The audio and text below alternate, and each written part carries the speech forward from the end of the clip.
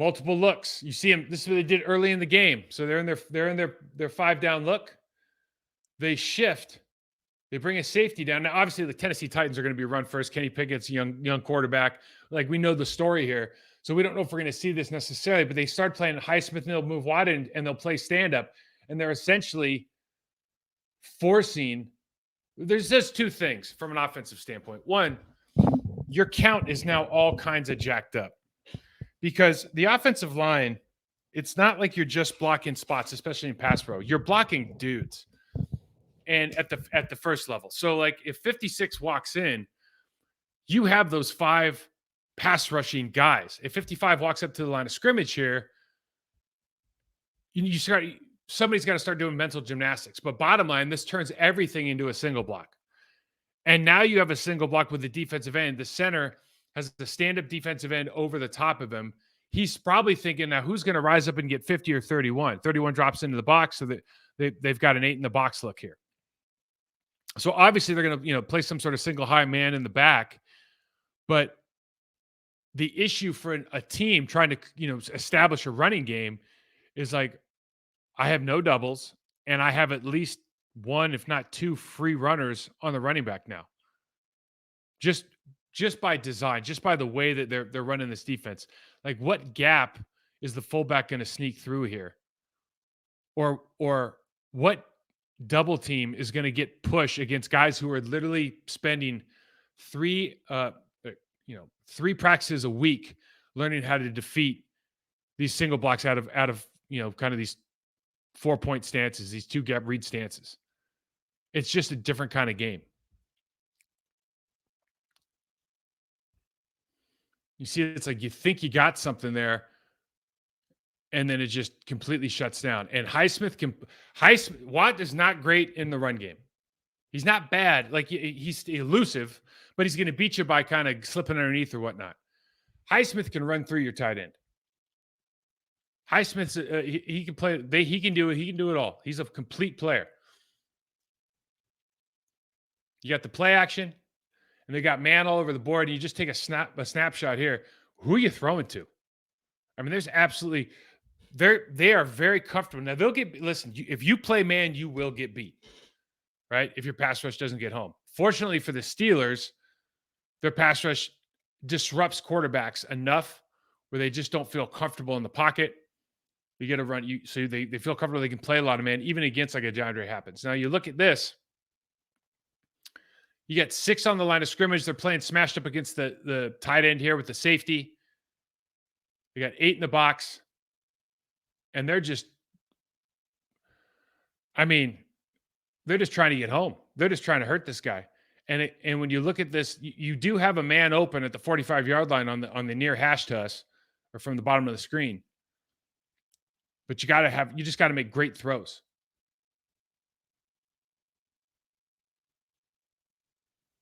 Up top, this is Joey Porter Jr.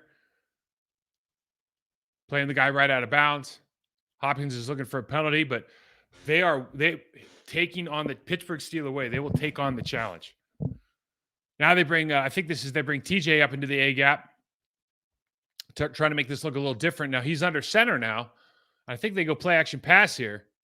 So they end up bringing the linebacker, getting to his feet. And you see, listen, if you're going to play man, you're going to get beat. You got good route runners, you're going to get beat. It's a question of, does the disruption of how their front is playing, maybe they bring extra guys, do you have an opportunity to set your feet and throw comfortably?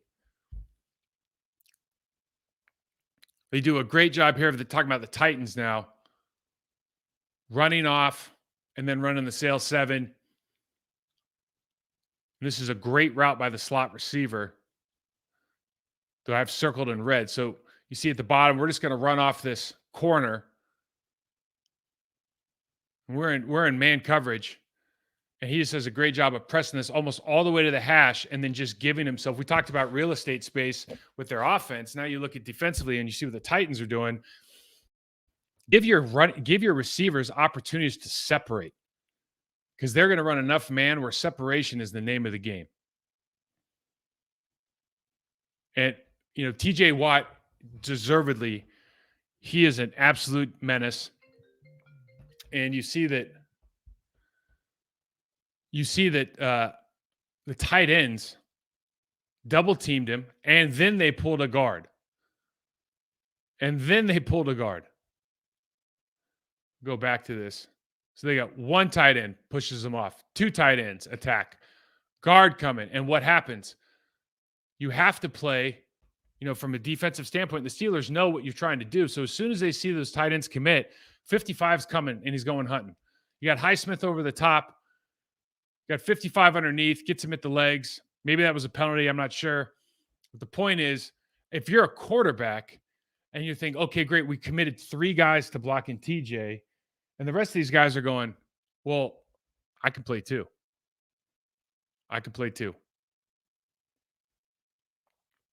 This is where Watt can get you.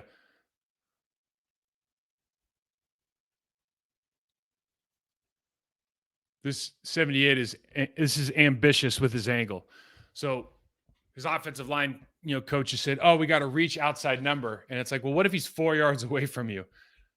That's the rules, man. We got to try to reach his outside number. Okay, I'll try it. And then he just absolutely whiffs. Holding penalty, face mask, the whole thing. They still get nothing on this play. Watt and Highsmith, they want to be physical. I mean, it's like they want to be a physical team. So they will get, and I think he wrong shoulders here on the pull or on the split flow. They get a little bit nosy. And this is really what you want. And you can design plays to log. If you know the defensive end's going to go wrong shoulder, you can log this block by the tight end and have this turn into a bounce. You see Hayward beat his guy. This is one of the reasons he's not doing this on purpose. I mean, I'm talking about Derrick Henry. But the point is, you can have wrinkles in these plays where, hey, if we know the defensive end or the outside linebacker is going to wrong shoulder us, we're just going to log this block and we're going to put you one-on-one with that linebacker because he's coming from depth and now you've got a full head of steam. Aaron Jones versus 50 in a foot race, like I'm taking it every time.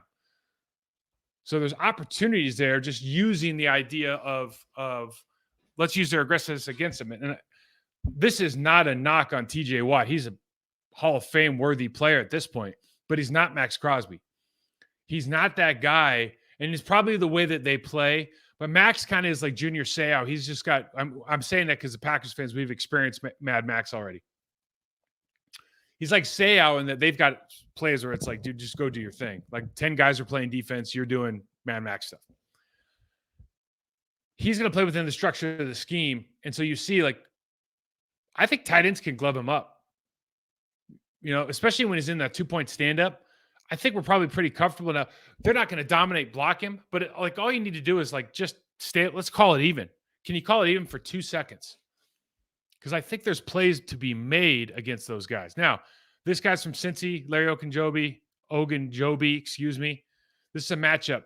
This guy's a good player. He's a good player for Cincy. He's a good player now. I think he slips the backside here. But, you talk about Myers and right guard John Runyan Jr., Sean Ryan, whatever they decide to do there. That's a topic for somebody else because I don't have any particular thoughts about it. This guy's good. And here's the thing. When you get into kind of a nickel defense, because that's really what the Packers have to figure out. Are you going to go into base and try to run the ball against their 3-4 because that's tough sledding? The problem is they're much more dynamic in nickel. Guys are going to play upfield more. They're going to slip blocks more. I mean, this is just the nature of the business. So how do you want to play this team? Can you put them in base and run a lot of, because they're going to get a lot more man in base coverage, but you're also going to get a lot more pressures. So if that's the case, do you feel good about the Luke Musgrave matchup? Because if you feel good about the Luke Musgrave matchup versus their linebackers, then let's keep them in base as long as we can. Get a couple running plays out of it, but really start running those crossers, things that worked for you last week, and start thinking about, we're going to get man outside. Let's get some man beaters. Let's get some scissors concepts. Let's get some double crossers. Let's get some deep digs. Let's get some stuff that makes sense against those coverages and give Musgrave in particular a chance to have success against their linebackers because that's the matchup when they go base defense. If they go nickel, maybe you're trying to run the ball, but quite frankly, these guys are, I would rather play against a guy who is playing 2 gap and a 3-4 all day versus guys that want to penetrate. It's just a harder job. You see Cam Hayward here, and I didn't catch the beginning of this clip, but it's like, and this is what we're talking about when how to attack. Cam actually switches at the last minute. He switches his stance and just points towards the tackle. He knows, and he's been around for a long time, but these guys know what you're doing. So the backside, they probably made a B call saying like, hey, first of all, that tells Cam Hayward the ball's going away, one, and two, they're going to try to double team me. So he just shifts his stance to point right towards the tackle so he can just make a double team turn into a single block and then defeat the block and win. And this is what they do at a very, very high level. And quite frankly, Cam in the running game is he's not slippery. He's just a guy who plays with great leverage and technique and a big, strong human who's very, very smart. So you can't be giving away free calls. You can't be staring at him. You can't be looking away from him.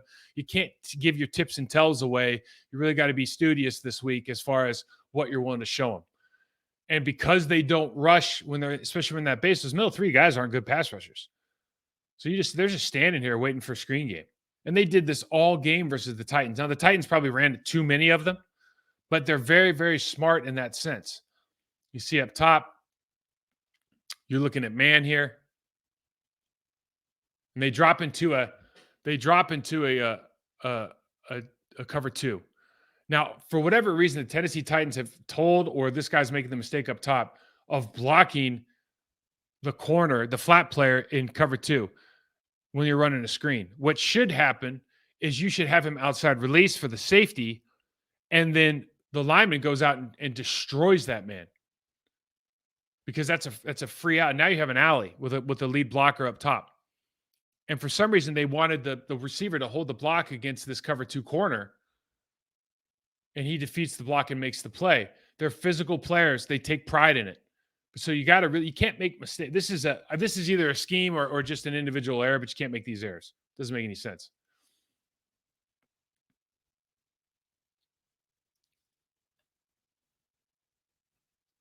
This is the one screen they did get off, and you see it's a clear push in the back. They didn't call it because they like the offense more than the defense. But it's a clear push in the back. They had him in man coverage. The defender made the play, but they ended up getting a big play on this. And so there are opportunities there. You just got to get out. And when they are playing man, you got to take advantage without getting, called for a flag, which they probably should have in this play. Learning from tape. I put this up on Twitter, and I just want everybody to understand what I was saying. So a chip block to 50. So the left guard and the center are going to chip block to 50. The left guard has to be thinking, I need to keep my shoulder pad square to the line of scrimmage. And we can bumper this, we can double team, however you want to look at it, but I need to keep my outside hand free. And the reason is when I turn like this, two things happen. One, you're turning the center as well. So at the first level, when you leave now, it's not just assumed. As you see, 92's loading up on his left leg. He's going to ricochet back as soon as you're gone and probably beat the center over his face, which he does right here.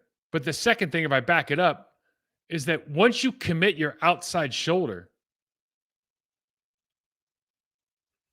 you're not a good enough athlete. 50 is going to run over the top and make the play in the hole.